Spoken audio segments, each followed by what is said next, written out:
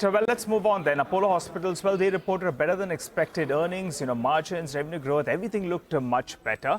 And various segments of their business as well looked pretty good in the past quarter. To understand what's the way ahead, we're joined by Ms. Suneeta Reddy, Managing Director at Apollo Hospitals, who joins in. Good morning, Ms. Reddy. And first of all, season's greetings, wishing you, your entire team, your family as well, a very happy Dhanteras and happy Diwali as well. Well, let's focus on the past quarter, though, in terms of occupancies as well as in terms of RPOP. Now, in terms of occupancies, I think you had briefly said that maybe we moved to around 70% odd. How are things shaping up for the second half of the year? What are the targets on both these two parameters, occupancy and RPOP? Yes, in terms of occupancy, we came in at 68% occupancy. But if you factor in the reduction of ALOS to 3.21 days, which is a 5% reduction in ALOS, it is actually 70% occupancy. So the system is getting far more efficient. And I believe that as we grow, we continue to grow. We have really maximized ALOS at 3.21. I don't think it will go down below 3.21. So occupancy is on a very healthy trajectory. Our RPOP is currently at 57,301 rupees. It has grown by 14%. Yes. So, ma'am, just to sort of expand on that point, RPOP is up 14% in the quarter gone by. What's the trend? Because, Ekta was telling us that nowadays with a lot of multi-speciality hospitals, the increasing number of complex surgeries, that's what's really driving up the RPOP. So what are you forecasting in terms of these higher-end surgeries and the second half outlook? Yes, we believe that it is the high-end, the case mix, that is really driving the RPOP. And the fact that our payer mix is also very healthy. So this will continue to drive the RPOP.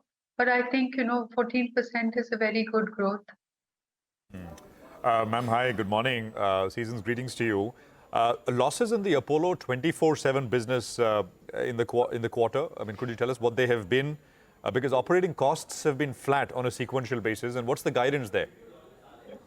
So if you look at Apollo Health Co., the loss was at 39 crores, out of which 35 crores was a non-cash charge of ESOPs. So at an EBITDA level, there was a 4 crore loss. And I think, the performance has been very good.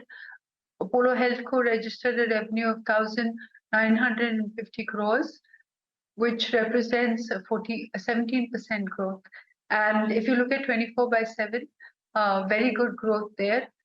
In terms of GMV, came in at 727 crores, representing 147% growth. So Apollo Health Co. is, I think, where it's meeting our expectations in terms of budgets, and losses are declining significantly. So since this business is growing so well, Ms. Reddy, what plans, any further fundraising, stake sale, what's this next strategic move for 24/7? For 24/7, we are really ramping up growth.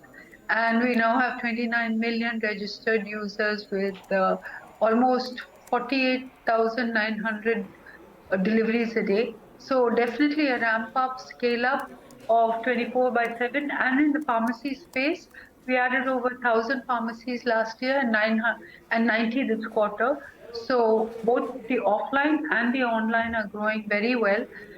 With this, EBITDA from offline was at 130 crores.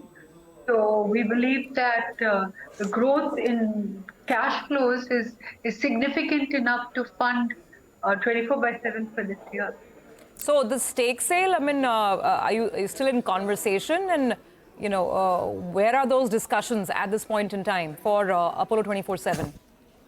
We continue to speak to interested investors, but I believe that realizing the valuation is very important, because from the time we started this journey to where we are today, we have built a lot of value in this company, and it should be valued appropriately so that all stakeholders.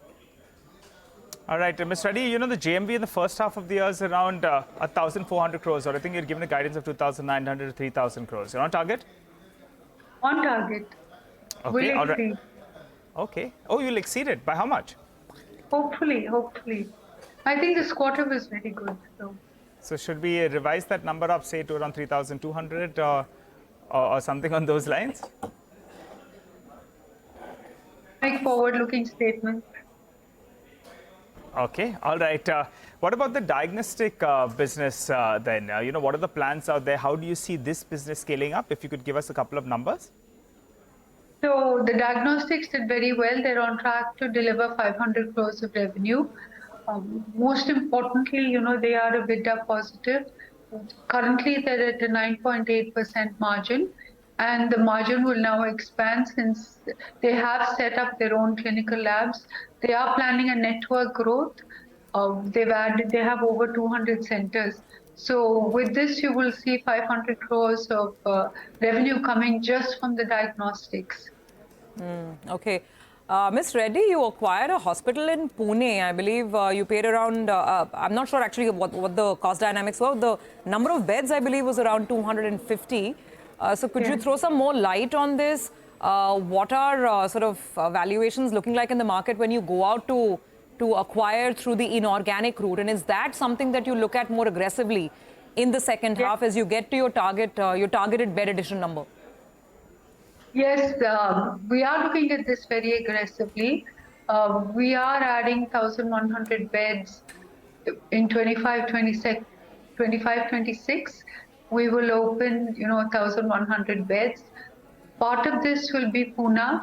In Pune, we have 400 beds. Currently, 250 beds are constructed. We will add another 200 beds. Project cost is 625. So if you look at cost per bed, it's about 1.5 crores, which is a very good cost of acquisition. All right, ma'am, thank you very much for your time. Great speaking with you here on CNBC TV 18, and all the best. Speak to you soon again. Thank you.